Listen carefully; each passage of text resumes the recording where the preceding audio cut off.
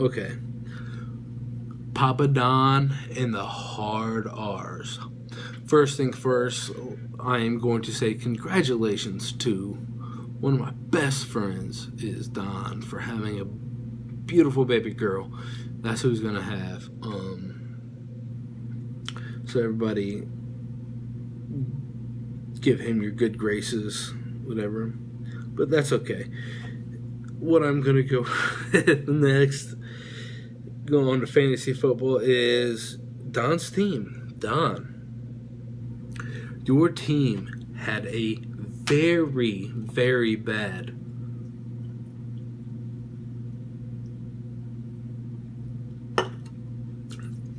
I'm sorry. I take that back.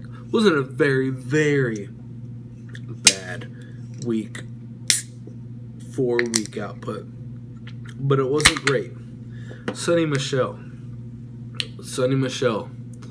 was great. That was bravo. Bravo, man.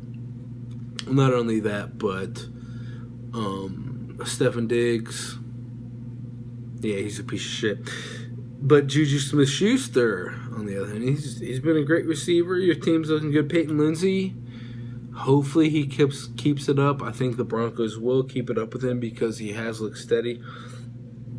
Another thing for you, you got Broncos D. You've got a great, you've got Dowd, your second-round pick on the bench, which is, I know you're looking to trade him. He's on the trade block. I know there's big things coming. With that trade. With that boy, with old Dalvin Cook being on the trade block. But, yeah, you're looking good.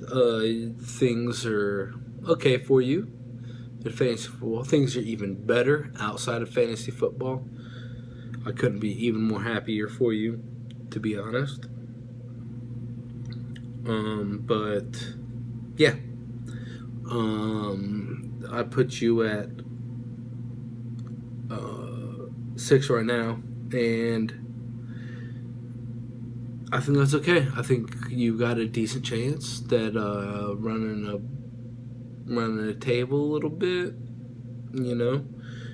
I don't want to play against you. I'll tell you this, I don't want to play against you right now. I'm about to use my managerial powers and I'm going against you. Whatever. But that's your team. With Sonny Michel, and don't hate on your receivers. Don't hate on your receivers at all. They're good. And don't hate on your running backs. That's a good flex.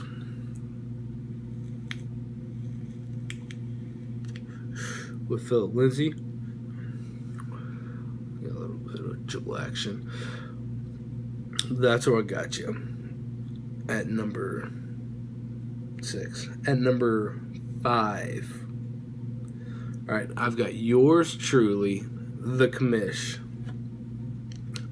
I'll say this one thing about myself is if the league ended today, I would be in the playoffs. That's how it is. My team's steady. They're not, if you have a great week, if you have a really good week, you're going to beat me. If you have a bad week, I'm going to beat you. When these past 4 weeks, I have not scored less than 90 points. That's one thing I would pride myself on. Other than Jim, I know I hated on you, but I know I hated on you, and I'm sorry for that, I'm sorry for that. I'm sorry, but like other than you, who I have the most, like I've got the second most points scored against in the league. If I had someone else's schedule, I might be 4-0. I might be 3-1. I'd be way better than 1-3. But as of right now, that wouldn't matter because one thing I've got to look at the bright side is I had a bad week. I consider my team to have a bad week last week. And I scored 91. I scored 91 last week. And that was on a bad week. What I consider. And I've got a I've got a high ceiling. I've got a high floor. Like that's where I'm at. I'm very high of the pack, like high middle. Like I don't need luck, but I just need to be doing what I'm doing. I think I drafted a good team. My team is almost all draft. And you guys can talk about that Connor pick. I still didn't, like, he hasn't done shit for me other than the first week. I still lost. You guys can talk about that all day. But he ain't even a doggy. I'll drop him right now. I don't even give a shit. So I'm going to move on to team number 4. Team number 4 is Ouchtown. Population. You boy. That's Bud. But I think my team is scarier than... No, I wouldn't even say that. Like, I think on paper my team is better than yours almost. But it's... I can't show it. You got a good team, man. Like, you do. I think it's sustainable. I think your team's sustainable. How good they're doing.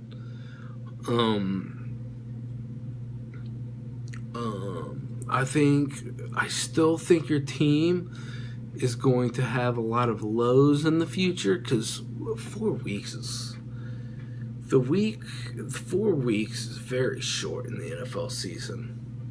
Like, we all know that. Like, all us, like, we all know how that's a quarter. It's a quarter. Like, think offenses will change. They're going to be playing against different teams.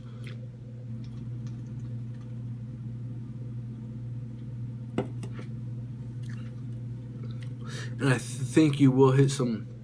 You've already had some lows, man. You've had some lows, you've had some highs. You are the most wishy-washy team in the league. Like, you've seen some lows, but you've seen some highs, man.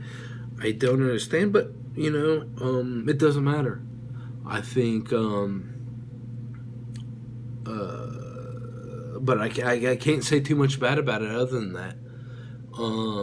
The team you drafted are better than, as far as the rankings go, they're better than 8 other teams in the league. It's great. Or scary. I'm playing against you this week, and thank God you have some people out. But I wouldn't want to play you last week, that's for sure. But even though I did play against my brother. Speaking of my brother, I'm going to go with team number 3. Is the Golden Child. Oh, Daddy's favorite boy. I said this earlier, and this is a repeat from last year. I'm going to say the Golden Child. Jared's team is sneaky good. They're just a team that's just solid. I think him and Bud have almost got an automatic bid into the playoffs. I hate to say it.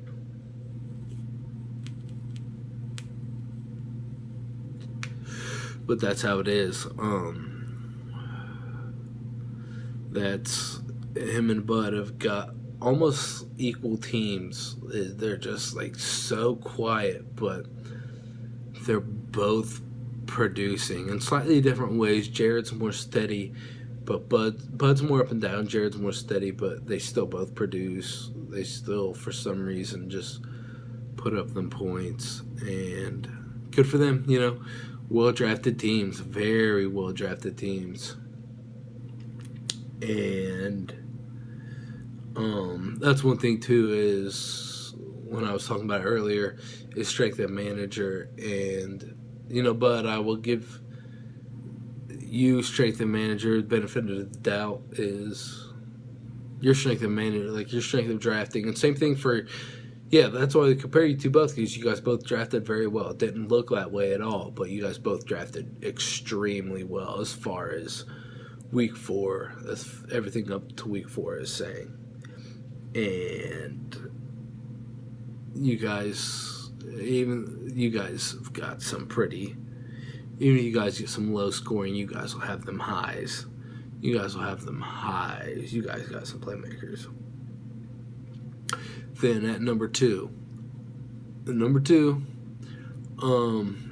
know that people will not like that where I put my brothers, that I bring my brothers in, but you can't deny their power. Like, I didn't put me above them, but they drafted some good teams, and that's why I put Travis at number two with the New England Patriots. Is he's got some weapons.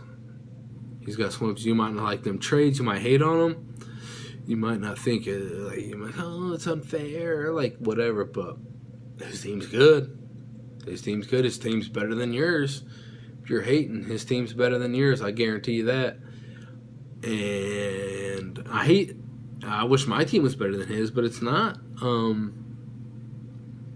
It's as you think about the next person, but he's number two in scoring by 23 points, which is not very much. He's very on the cusp of scoring just as much as the number one person. Even if he does have a low, he's going to make up for it. And it's a very good team. It's a very good team. And that's what I've got to say about that. It's just a good team. It was decent. It was good drafted because there was trades, man. It was just a well-managed team. It was a well-managed team. You guys might hate on me for that. You might say I'm sucking the brothers' teeth. But, I mean, it is what it is. I'm just calling a spade a spade. I had nothing to do with it. But, that being said, number one is the Green Bowl Packers. CJ Fody. Highest scoring team in the league. Super sustainable. Even their lows won't be that low. Like, we've seen his lows, and they've been better than your highs. CJ's lows have been better than his highs. Well-drafted team, well-picked up, well-managed. CJ, when people talk about you behind your back, people say, wow, I can't believe it. Every year this dude, they don't speak ill. They say, I can't believe it. Every year this dude drafts a team. I don't know how. I don't know how he does. I don't know what his process is.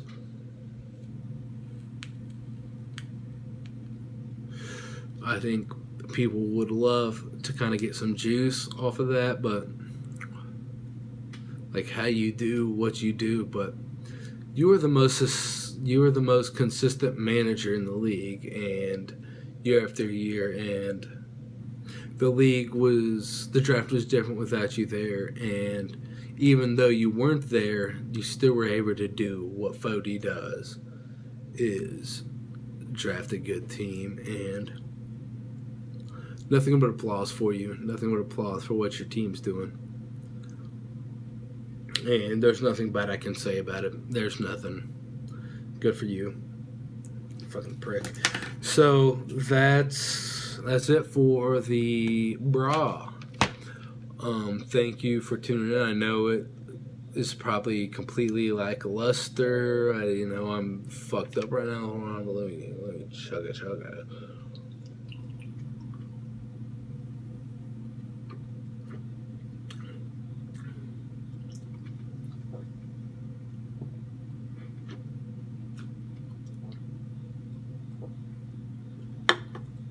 I'll finish the last one, boys. That's for you.